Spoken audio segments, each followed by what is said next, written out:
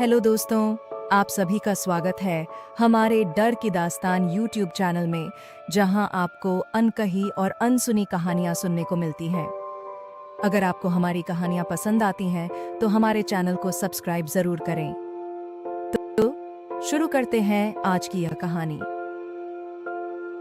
Ramoji film city के विशाल परिसर में शाम ढल रही थी। दूर दूर तक फैले फिल्मी सेटों के बीच एक जगह ऐसी थी जहां सूरज की आखिरी रोशनी भी जैसे रुकने से डरती थी। सेट नंबर 13 पुराने जमाने की हवेली जैसा वह सेट कई सालों से बंद पड़ा था। उसकी दीवारों पर धूल जमी थी, लकड़ी के दरवाजे आधे टूटे हुए थे और अंदर से हमेशा ठंडी हवा आती थी, चाहे बाहर कितनी भी गर्मी क्यों न हो। फिल्म निर्देशक आरिफ खान अपनी नई हॉरर फिल्म की शूटिंग के लिए पहली बार उस सेट पर पहुंचा। उसके साथ पूरी यूनिट थी। कैमरामैन देव, असिस्टेंट निदेशक समीरा, लाइटमैन फिरोज और नई अभिनेत्री सन्ना, जिसे इस फिल्म में मुख्य भूमिका मिली थी। सबके चेहरे पर उत्साह था क्योंकि यह फिल्म बड़े बजट की थी और कहा जा रहा था कि यह साल की सबसे डरावनी फिल्म बनेगी। लेकिन जैसे ही वे सेट नंबर 13 के मुख्य गेट के पास पहुंचे, वहां खड़ा बूढ़ा चौकीदार उन्हें देखकर चुप हो गया। उसके चेहरे पर अजीब घबराहट थी। उसने धीमी आवाज में कहा, साहब, बाकी किसी भी सेट पर शूट कर लीजिए, मगर इस जगह पर रात होने से पहले निकल जाइए। आरिफ हंस पड़ा। उसे लगा बूढ़ा बस पुरानी अफवाहों से डरा हुआ है। उसने मजाक में कहा, हम हॉरर फिल्म बना रहे हैं, डरेंगे तो कैसे चलेगा।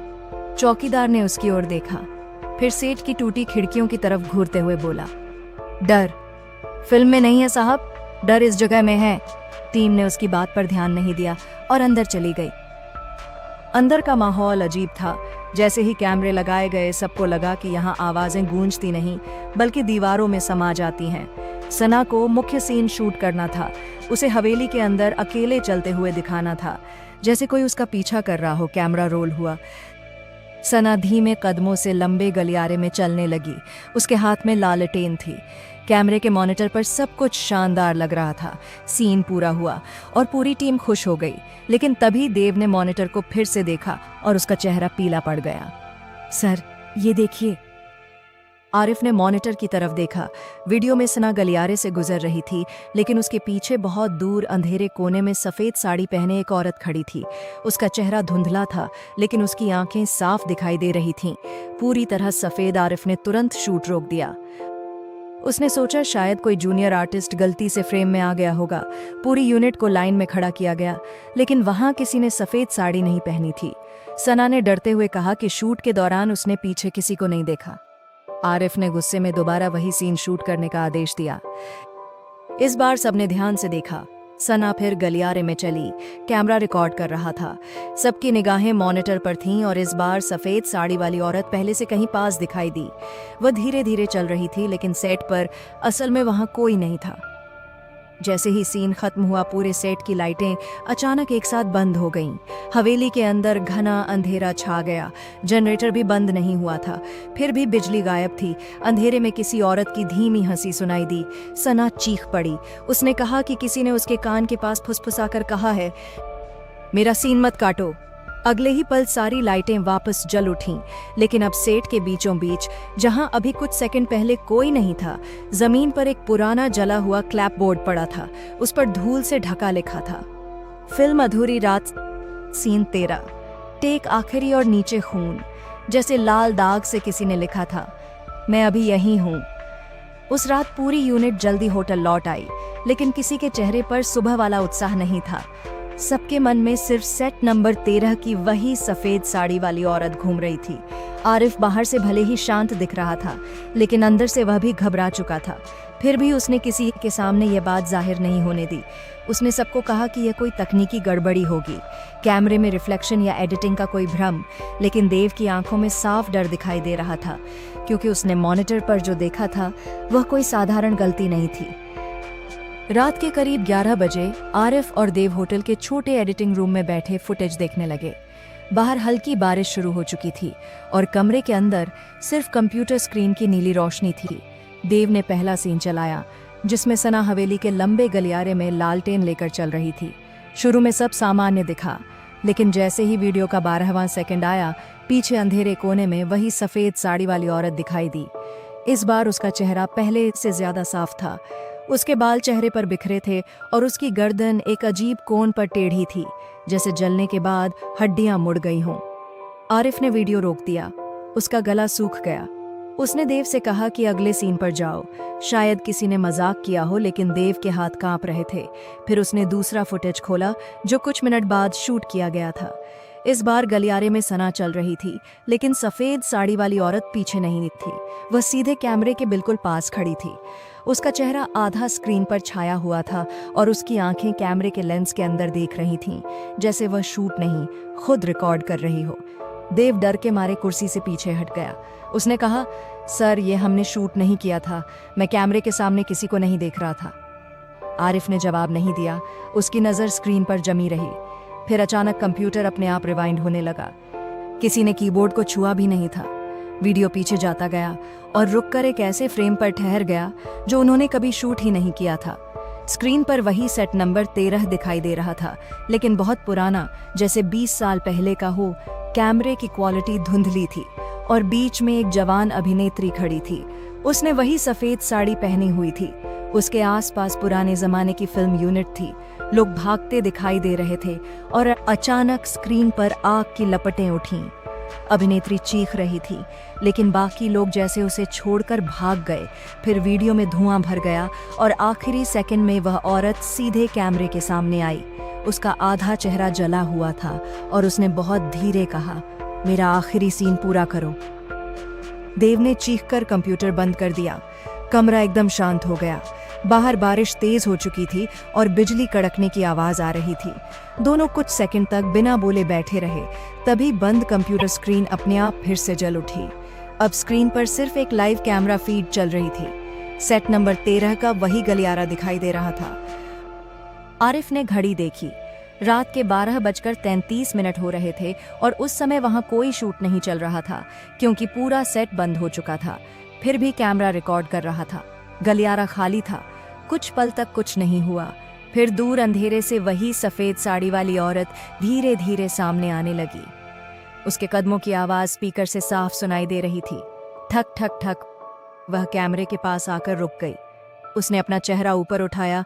उसकी आंखें पूरी तरह सफेद थीं और होंठ जले हुए मांस की तरह फटे हुए। फिर उसने मुस्कुराकर कहा, कल रात तुम सब यहीं रहोगे। इतना सुनते ही स्क्रीन काली हो गई और कमरे की सारी लाइटें बंद हो गईं। अंधेरे में आरिफ और देव ने महसूस किया कि उनके पीछे कमरे के दरवाजे के पास कोई खड़ा है। धीरे धीरे जले हुए कपड़ों की बदबू पूरे कमरे में फैलने लगी और फिर किसी औरत की आवाज उनके कान के बिल्कुल पास आई, मैं वापस आ गई हूं। सुबह होने तक आरिफ और देव की आंखों में नींद नहीं थी। पूरी रात उन्होंने होटल के कमरे की लाइट बंद नहीं होने दी और दरवाजा भी खुला रखा, ताकि उन्हें यह एहसास रहे कि वे अकेले नहीं हैं। लेकिन उस रात के बाद दोनों के बीच एक भी शब्द नहीं बोला गया, जैसे दोनों ने जो देखा था उसे जुबान देने से वह और भी सच हो जाएगा।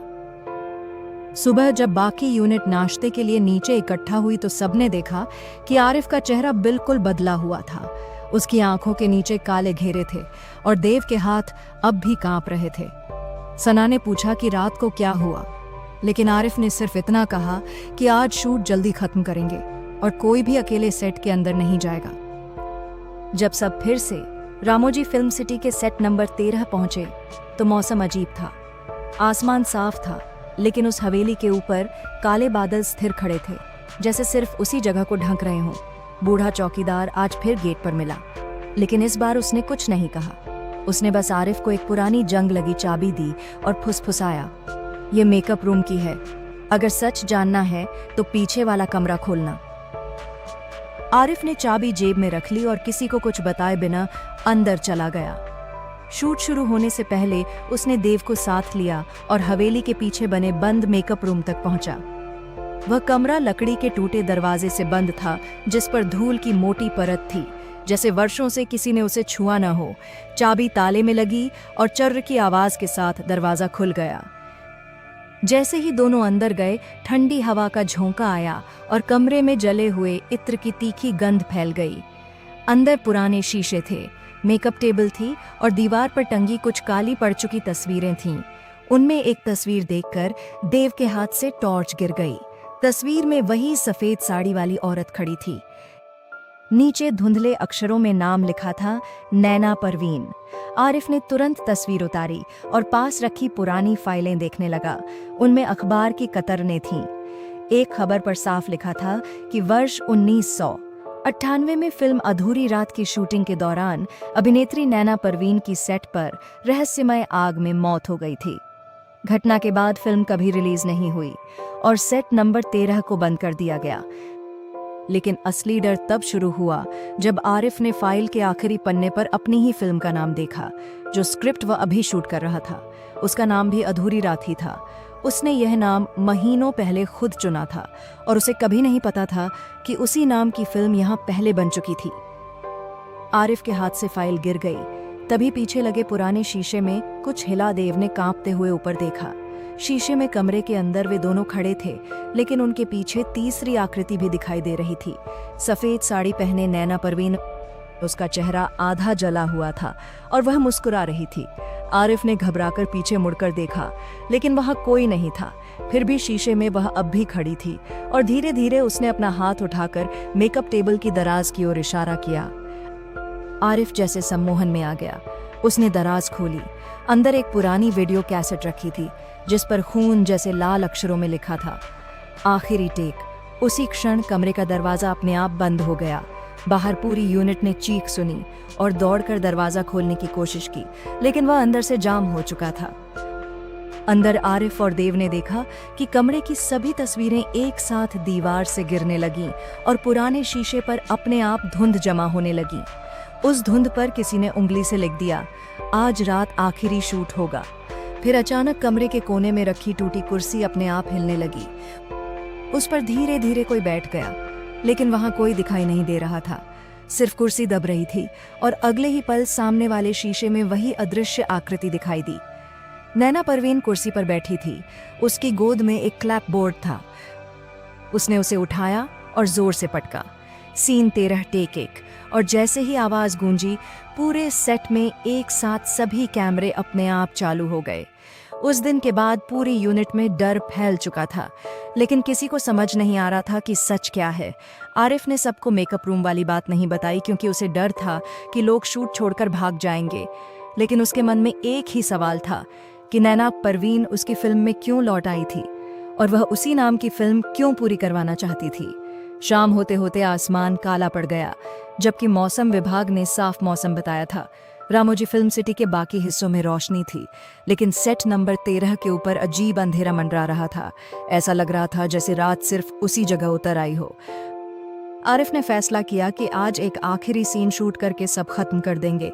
उसने किसी को असली वजह नहीं बताई, बस कहा कि यह जरूरी सीन है, इसके बाद सब पैकअप कर लेंगे। सना डरी हुई थी, लेकिन कॉन्ट्रैक्ट की वजह से उसने मना नहीं किया। देव कैमरा लेकर खड़ा हुआ, मगर उसकी उंगलियां ट्राइपॉड पर जमी नहीं रह रही थीं। सीन वही था जिसमें सना हवेली की सीढ़ियां चढ़ते हुए ऊपर वाले कमरे तक जाती और बंद दरवाजा खोलती। जैसे ही कैमरा चालू हुआ, हवा अचानक ठंडी हो गई। सेट पर लगी सारी लाइटें एक साथ टिमटिमाने लगीं। फिर भी शूट शुरू हुआ। सना धीरे धीरे सीढ़ियां चढ़ने लगी। उसकी सांस तेज थी। उसके हाथ की लालटेन कांप रही थी। नीचे पूरी यूनिट मॉनिटर पर देख रही थी। सब ठीक था, लेकिन जैसे ही वह आधी सीढ़ियों तक पहुंची, मॉनिटर पर उसके पीछे कोई और चढ़ता दिखाई दिया। इस बार पूरी यूनिट ने देखा, सफेद साड़ी वाली औरत वह इतनी साफ थी कि अब कोई यह नहीं कह सकता था कि वह परछाई या तकनीकी गड़बड़ी है। उसका चेहरा आधा जला हुआ था और उसकी आंखें सीधा कैमरे की तरफ थीं। लेकिन सना को अब भी कुछ दिखाई नहीं दे रहा था।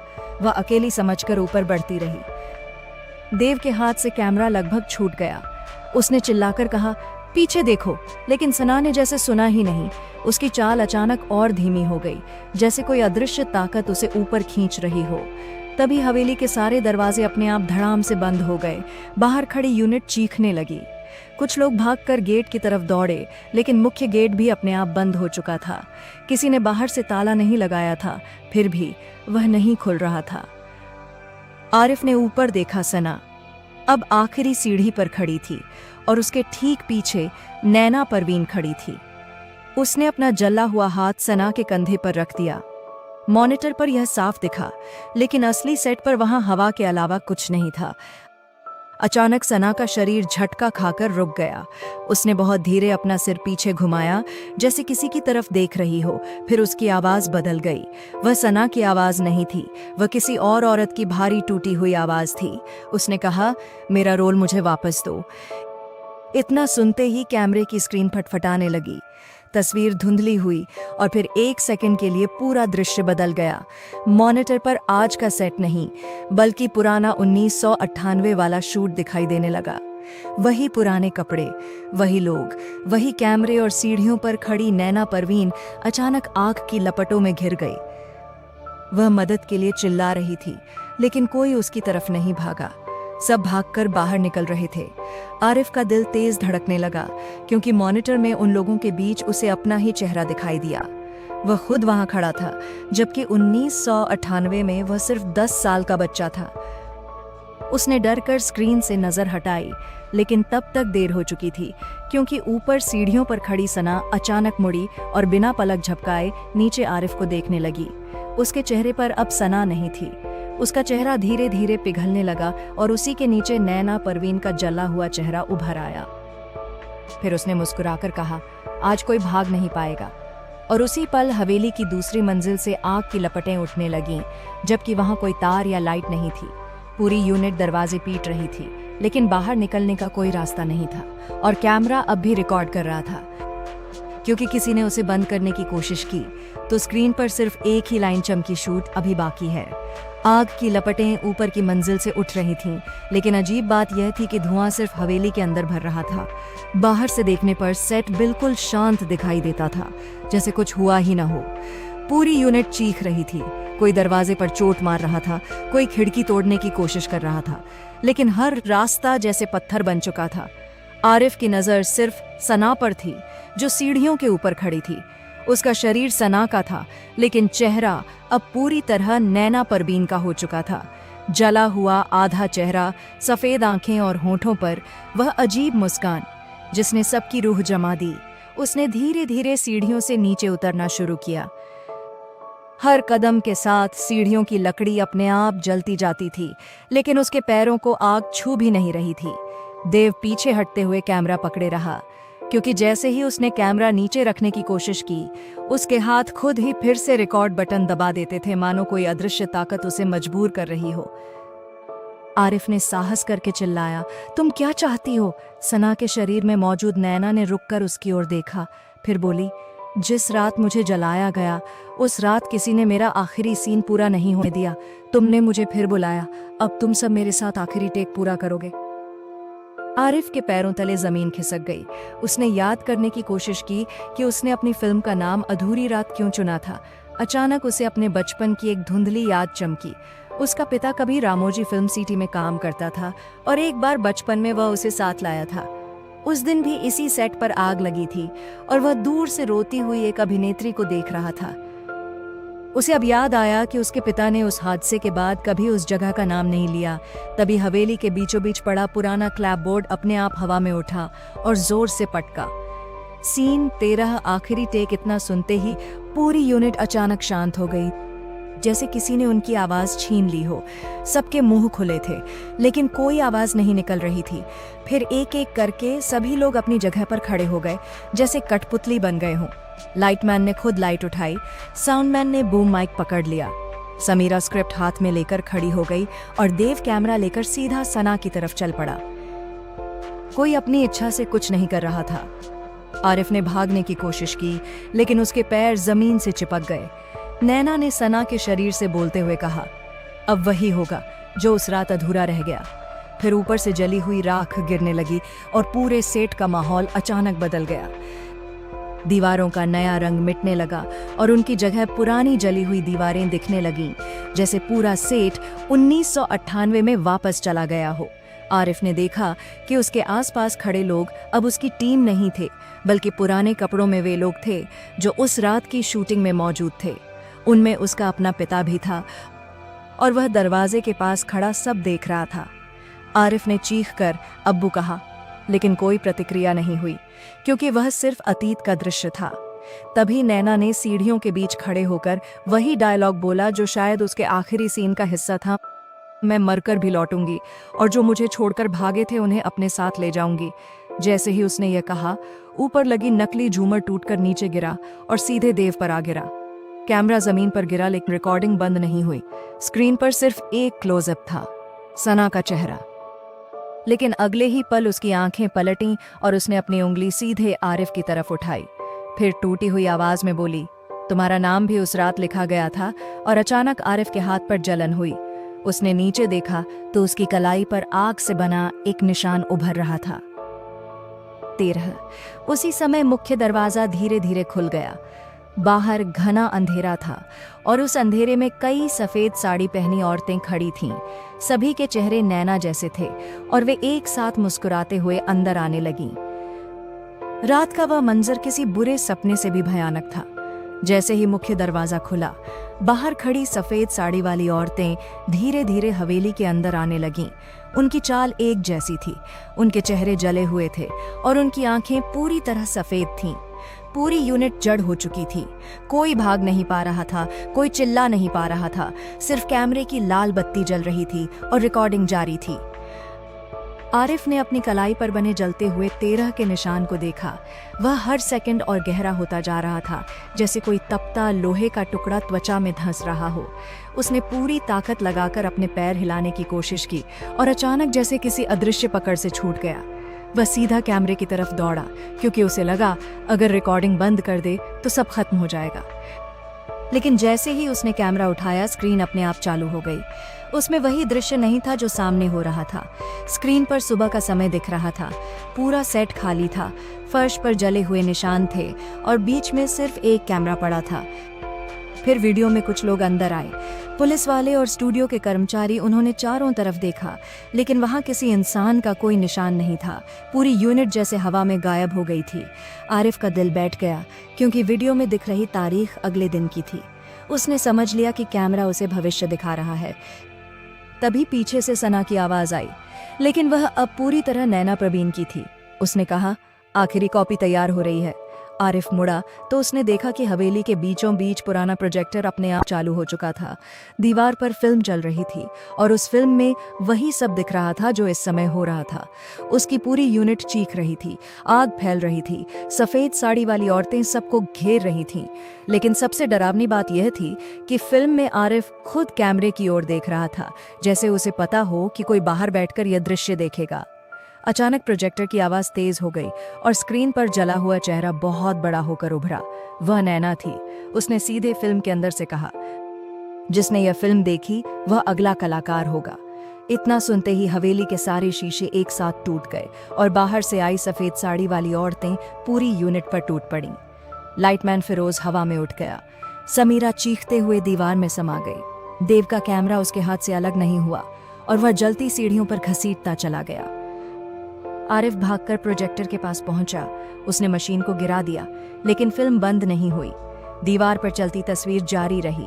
अब उसमें सिर्फ सना खड़ी थी। वह मुस्कुरा रही थी और धीरे धीरे उसके पीछे एक और चेहरा उभर रहा था। वह आरिफ का चेहरा था। उसने घबराकर पीछे देखा। सना उसके ठीक सामने थी। उसने अपना हाथ आरिफ के माथे पर रखा। एक पल में पूरी हवेली में अंधेरा छा गया, फिर सब शांत हो गया। अगली सुबह रामोजी फिल्म सिटी के कर्मचारियों ने सेट नंबर 13 का दरवाजा खुला पाया। अंदर सिर्फ जली हुई लकड़ी और राख थी। पूरी यूनिट गायब थी। कहीं किसी का शव नहीं मिला, सिर्फ एक डिजिटल कैमरा फर्श पर पड़ा था। पुलिस ने कैमरा जब्त किया और उसकी रिकॉर्डिंग देखने की कोशिश की। वीडियो में पूरी रात का फुटेज था, लेकिन आखिरी सीन देखकर सभी अधिकारी घबरा गए। आखिरी सीन में हवेली के अंधेरे गलियारे में सना सफेद साड़ी पहनकर खड़ी थी। उसके पीछे आरिफ खड़ा था। उसकी आंखें भी पूरी तरह सफेद थीं। दोनों मुस्कुरा रहे थे। फिर आरिफ ने कैमरे के पास आकर बहुत धीरे कहा, फिल्म अभी खत्म नहीं हुई। उस घटना के बाद सेट नंबर 13 फिर से बंद कर दिया गया और उस रात की फिल्म कभी रिलीज नहीं हुई। लेकिन महीनों बाद इंटरनेट पर किसी अज्ञात अकाउंट से एक अधूरी हॉरर फिल्म अपलोड हुई, जिसका नाम था अधूरी रात। जिसने भी वह वीडियो देखा, उसने कमेंट में एक ही बात लिखी, आखिरी सीन में मेरे पीछे कोई खड़ा था।